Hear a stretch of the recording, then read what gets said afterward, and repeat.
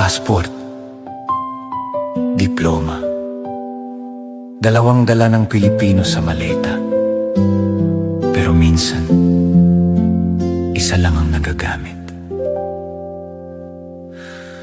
Lumipad ako, dala ang pangarap, mga gabing puyat, pangakong hinahanap. Diploma ko'y hawak, taas noot matapang, pero bakit tila ako'y naliligaw sa daan? Sa barko ko siya unang nakita, tahimik lang pero lalim ng mata. Psychology ang tinapos niya, pero sahig ang kanyang mundo ngayon, diba? Hindi dahil mahina kami, hindi dahil sumuko kami, kundi dahil sa mundong hindi marunong tumingin.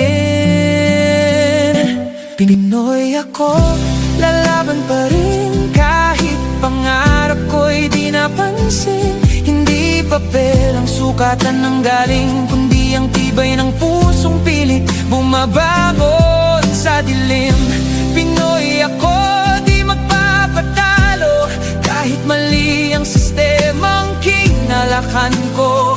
Sa bawat luhay may lakas na tago, na balang araw ako rin ang mananalo. Sir, trabaho lang kailangan, simpleng salita pero durog ang laman. Hindi siya nagreklamo, walang galit, pero ramdam mong may nawalang pilit. Hindi siya nag-iisa, marami sila, mga lisensya'y naiwan sa alaala. Sa ibang bansa, bagong pangalan, pero pareho ang laban. Mabuhay lang.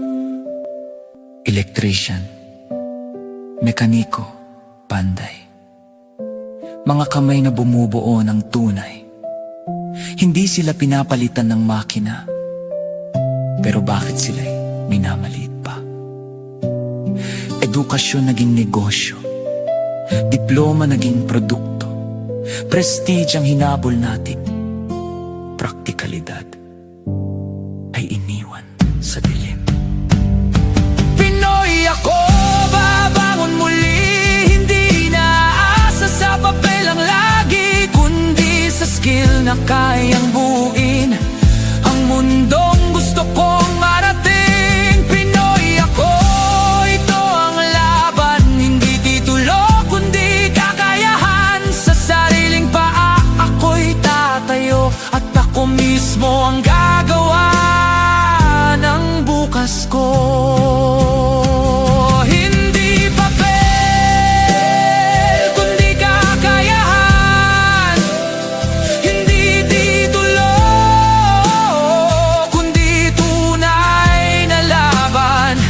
At sa bawat Pilipinong lumalaban, nandoon ang tunay na tagumpay.